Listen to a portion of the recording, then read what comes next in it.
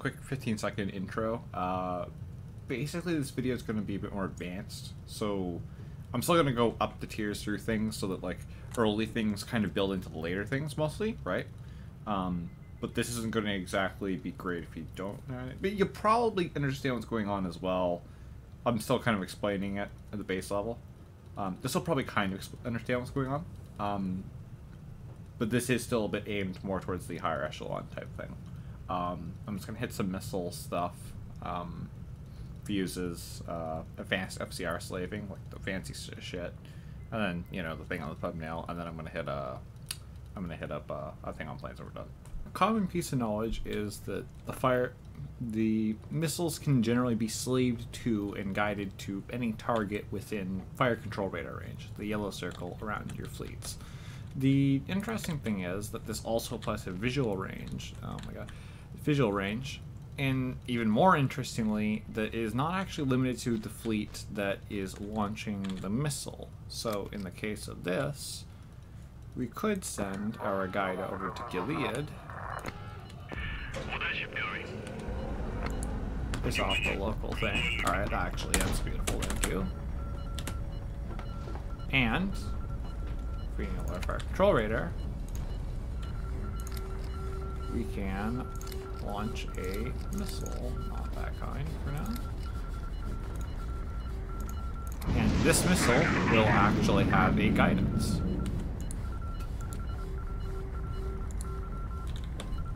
Now, let's make this miss for now because I want to show you something else.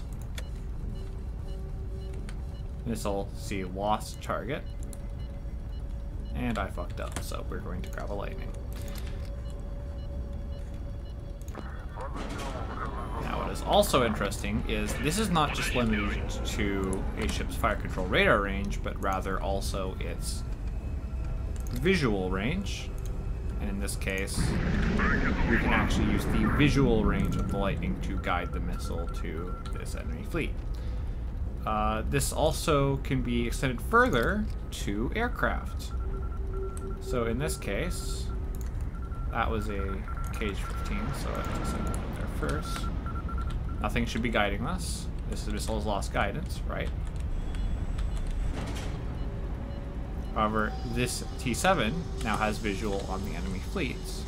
And if we go back to our friend Cage 15, he can be directly slaved to the target. Still on the city, ignore that. If we wait for 2 minutes. The missile, not this one that was launched at the city because I'm retarded. This missile can actually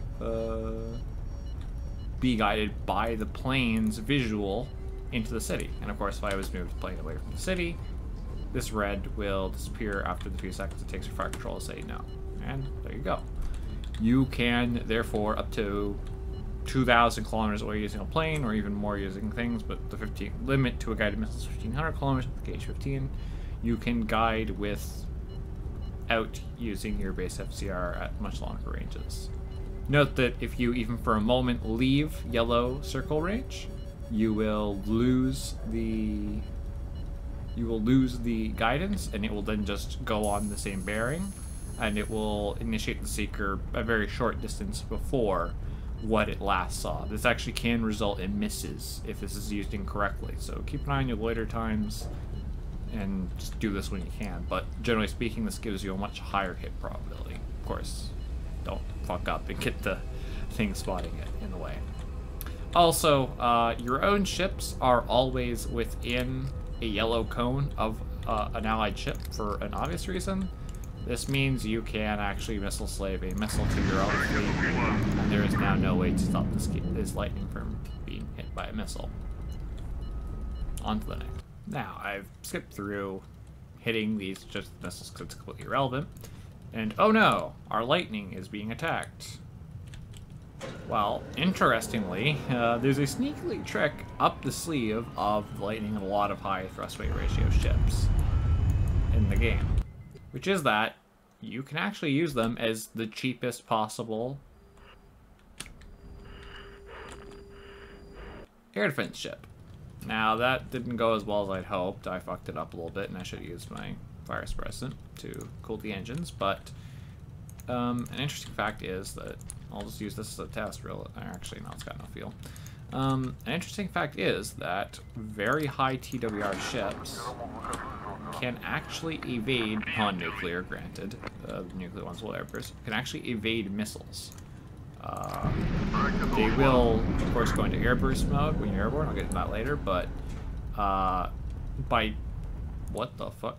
By timing your dodge, you will be able to basically push the ship out of the cone. See that? Don't worry about it coming back. Whenever the missile misses underneath the ship, the game says no warhead, and while it still has the animation and everything for doing the damage and it loops back at you, KK is basically like, okay, you dodged the missile, missiles do everything. As you can see, that missile exploded right next to me. No damage to this lightning at all. Very repeatable. I fucked it up the first time, obviously, but that's just me. Shit, that's nothing wrong with the lightning. Can you please? Thank you. Using your fire suppressants here is somewhat recommended, as those will give you, you know, see, missile exploded right on top of me, still no damage. Very reproducible. I just literally have not opened this game in 3 weeks, so, you know, I fucked up the first one. Go me. This extends to a lot of other high thrust weight ratio ships. You can use, like, it's very useful on a lot of them. You still need a relatively high TWR, obviously, but you'll still mitigate damage. Like, if I had just let that other lightning eat a missile on the side, it would have been a lot worse than just that one engine coming and the landing gear coming out. Probably just let this one eat it. Okay. Oh, no, it was there. If I just let this lightning eat it, let me roll it a little bit so that it hits on the side. Yeah, it instantly died. So that kind of goes to show it can just getting it out of the cone a bit. Very nice, very useful. So yeah, that's that. So on to the next part. So now we're getting a little bit weirder. This thing is a bit more common knowledge, is that you can use the A100 in an air defense role. Now I don't have any A100s on me. We all know in game you can use them to knock R3Ns. You can actually use them against planes as well. They'll only kill 1 or 2. What's interesting about this is just generally that you can use. I'm going over this for people who don't know, and on top of this means that you can shoot planes down, but not just with the A100. You can also do it with the KH-15. You can either directly slave it,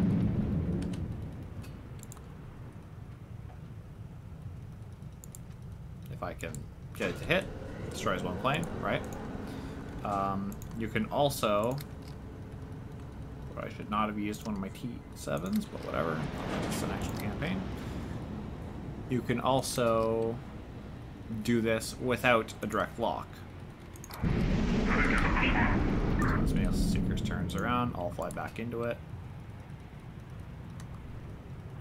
Finds it, hits it. Simple. Generally speaking, non-nuclears can only kill 1, 2 planes. Nuclears can actually kill 5 or 6 or so. I'd still rather shoot them with the carrier if I was you, but hey, if you're in a pinch and you got hit KH-15s loaded up, fucking throw them, you know? Say what you can. And also keep in note that, of course, the KH-15 is way slower, so it can't track as well, and the KH-15 also has that launch delay of 15 minutes. That keeps you in mind. This also means you can hit another missile with the KH-15, but you pretty much need to hit it head on, and it's only going to be a KH-15. But yeah. And another quick interlude to that is that the activation of a KH-15 Seeker depends on the point set or the last known information when it comes to losing, as we showed on the Slaving. The distance will actually be 100 kilometers short. So, if we put a 100-kilometer circle around our fleet, let's do 102, and we launch at the edge of that, and that's not a very accurate circle, we'll find that the Seeker launches almost immediately after the takeoff, minus like the launch time. As you can see. Yeah, you see this is a little bit slanted off, it's more like 110, 120. Might be slightly off, maybe it's 90. I don't know, whatever. Anyways, you get the point. Now, what this actually means is, if you're firing on a bearing at like an enemy, let's say they're like all the way out here, like, let's say actually give you a good 1500. If you're launching at a target 1400 or so on away, right, edge of your range with the KH-15, it's actually probably better to just launch it somewhere closer on the same bearing. Therefore, your missile seeker will turn on here instead and be active the whole way. Now, if something gets in the way along the way, it's your decision. This could cause you to hit something that you don't want. You might see that as a pro if you have a bunch of KF-15s to throw around, you got no friendly shit out there. You might see it as a con if you don't like blowing up random transports or whatever the hell. The point is, you're generally more likely to hit something with this, especially if this target starts moving towards you and you don't realize it's moving as fast as it was. This might happen more at the 700 kilometer range if you're using an MR 700, the 750 kilometer search, and you don't track it. You don't take the time to track it, and it's like you don't realize, oh shit, that was a missile group and it's coming at 500. So your missile flies by, turns the seeker on behind them, and away it goes. Yeah, this will come up in a second. In fact, I don't even need to do a cut. We're gonna go straight to it. This is the bread and butter strat that I wanted to show everybody today, which is launch a plane slightly before, take a KH-15, make sure it's outside of 100 kilometers of your own fleet. If remember, KH-15s end up right behind your fleet when they launch, so if you do launch a KH-15 like this inside of 100 kilometers, you'll hit yourself. At least that's what I found to happen. It might have been because it's moving towards the target, not sure. But be very careful with that. Just try and keep your seekers not turned on within 50 kilometers of yourself. Good idea. Anyways, launching this, the seeker will almost immediately turn on. Minus, you know, some things. And now, as we know, missiles like to chase planes. So this missile is now going to chase this plane. Ignore the red line, it doesn't update very well. What this basically means, though, is that, oh shit, well, I fucked up. You see, you really want to use a T7 for this. I'm gonna do a cut. Okay, so, a lot of time in me unfucking my T7 later. We get back to this. So, T7. Launch it on a bearing. It's faster than a missile, so actually I can do this properly. If you launch a plane on a bearing, you launch the missile short on the bearing, so the seeker turns on quickly. You now have a missile chasing a plane. This is hilariously effective, though you do have a problem called the T7 will use its range up faster than the missile, so you might actually not have the full 1500 kilometer range to use this for, but I mean, you can still use the, you know, whatever. This basically means you can guide this missile where the hell you want. This is probably one of the reasons I wanted to use the LA-29. But basically, this T7 can see anything. You know, you can see at the last moment what the enemy fleet's at. And it can essentially be your guidance for the missile.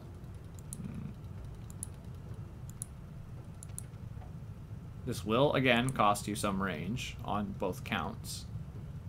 But ships are bigger than planes, and at the last moment, it will switch. Even if they are both in range, it will choose the ships over the further away plane. And now, imagining that that ship was moving or doing whatever, you just fucking headshot it. So, yeah. Pretty epic.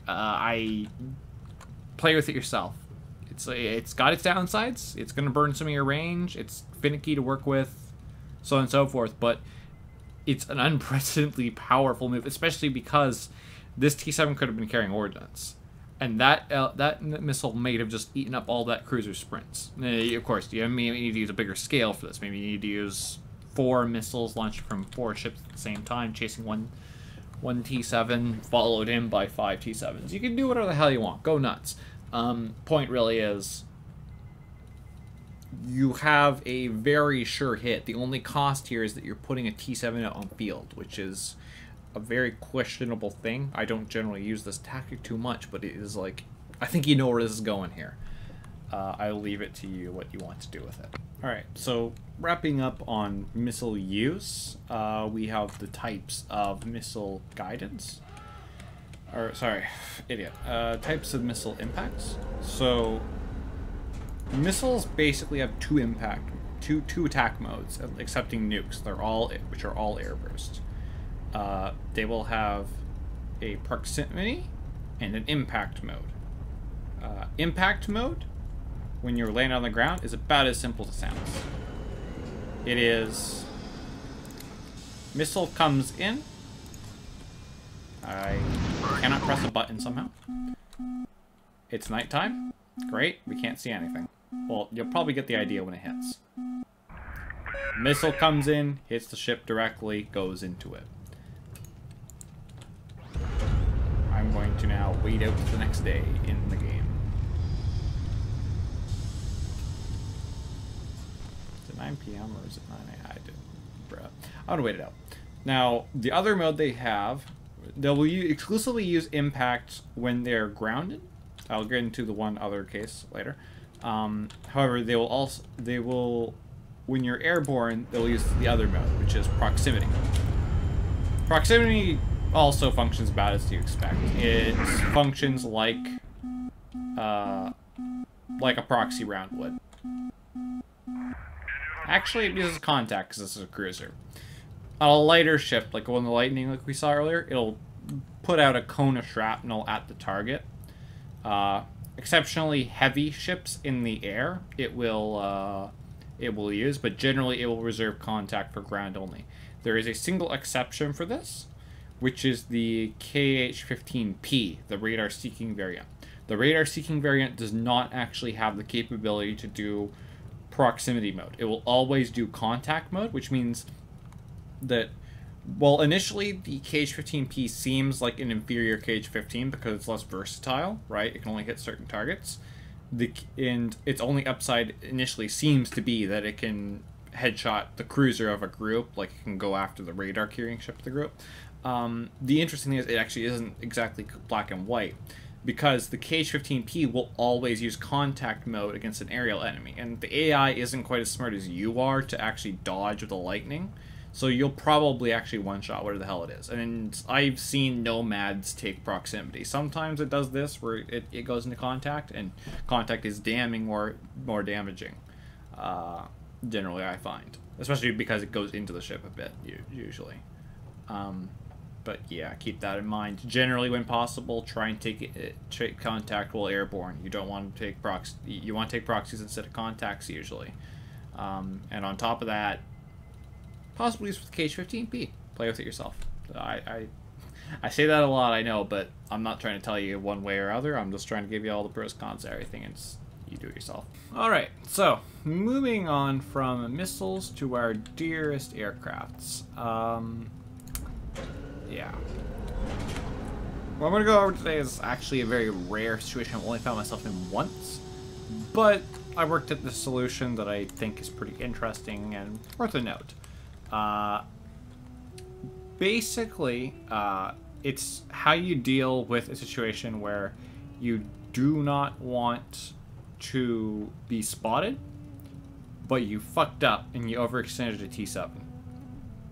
I'll go into why right now this is a problem. Now let's assume that, you know, this one's an enemy carrier, this one's your carrier, right? You were fucking around doing whatever the fuck. Let's say here. Be it you were going towards this city, or that you're fucking around a city nearby and you're going towards it.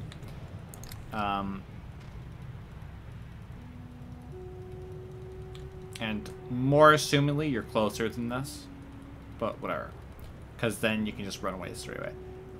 Now, your current goal is, this plane now has a T7 coming from this carrier at it. You need to get the fuck out. Alright?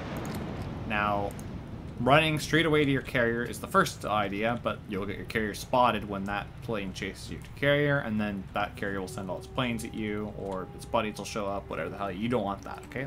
So that's our hypothetical here.